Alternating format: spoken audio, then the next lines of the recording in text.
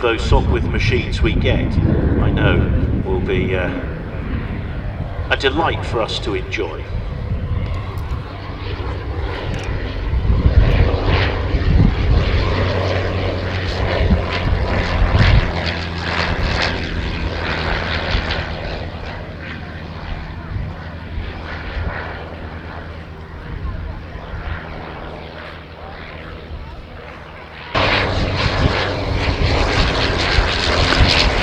Skysport Engineering, just up the road from here, built this faithful replica of the Dove in 1990, and it's owned by the Woods brothers, who've loaned it to the world. With its historic aircraft, sometimes they do get bumped and scraped, and such is the case with the Dove replica.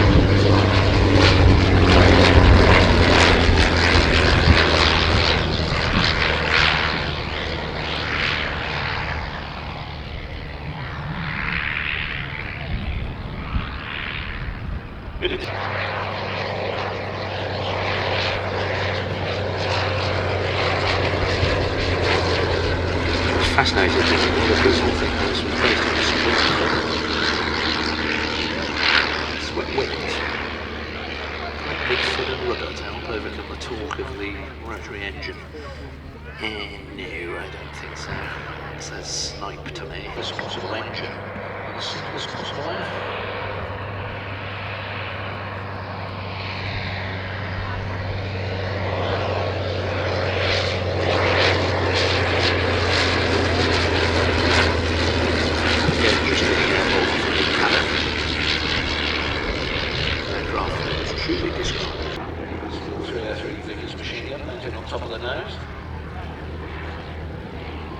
Typically these machines had Priya rockets mounted under the lower wing so that they could be used to attack observation balloons.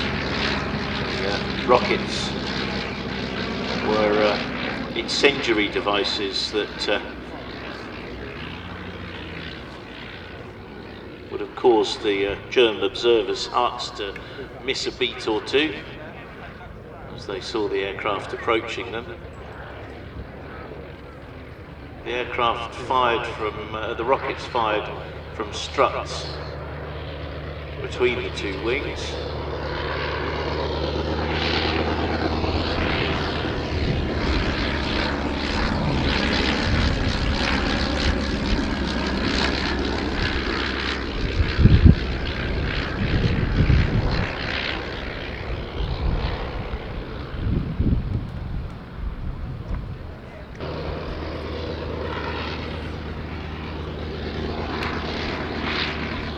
Very manoeuvrable. 1,770 of these aircraft being built. Again, the same 80 horsepower Larone 9-cylinder rotary engine that was fitted to the Dove. Because we see them on a late summer's afternoon here in the English countryside, being flown oh so genteelly around the skies above us.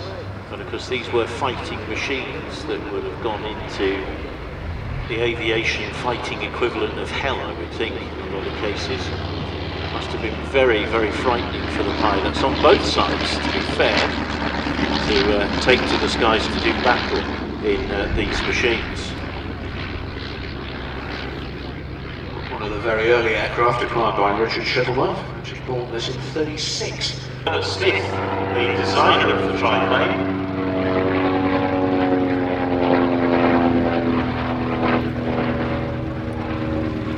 unfortunately, it proved difficult to repair, which meant that it wasn't used as extensively and successfully as it might have been, and therefore its combat career was comparatively brief and only saw frontline service for about 12 months or so.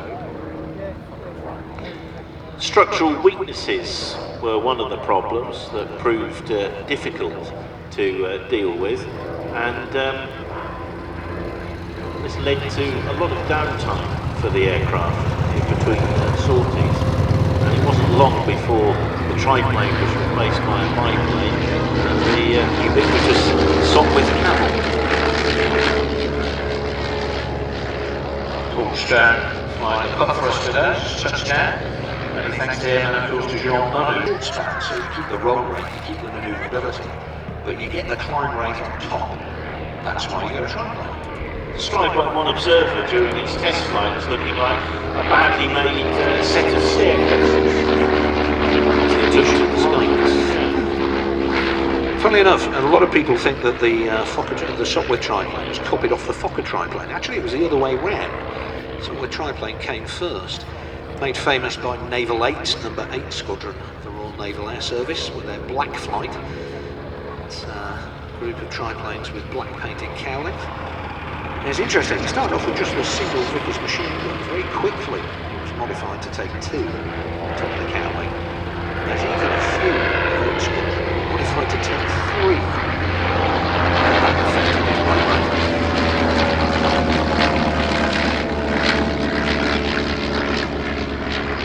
A certain Harry Hawker was the test pilot that later emerged in terms of compromising structural weakness that was difficult to repair. Had he known that at the time, I doubt whether he would have been so enthusiastic in terms of his aerobatics.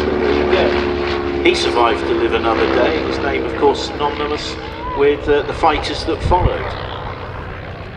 It's interesting what you're saying about the structural weakness. One of the things, you'll know exactly what I mean by the effects of cast oil. The thing is they have the same effect on the airframe as the starbox in the wing.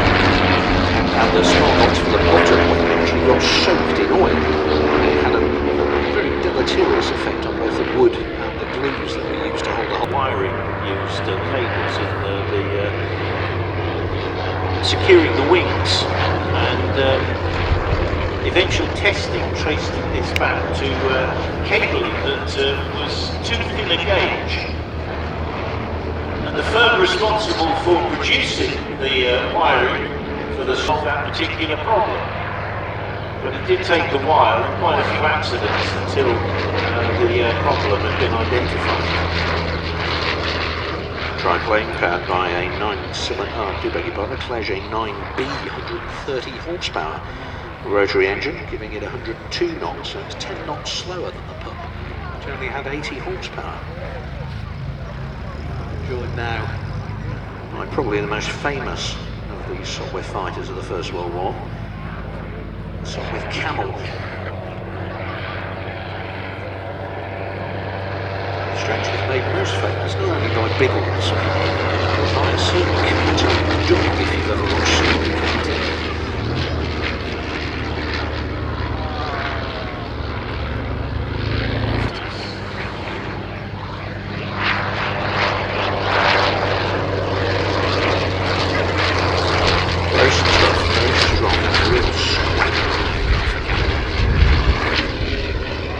Example again, a Clerget 9B, 9-cylinder rotary engine.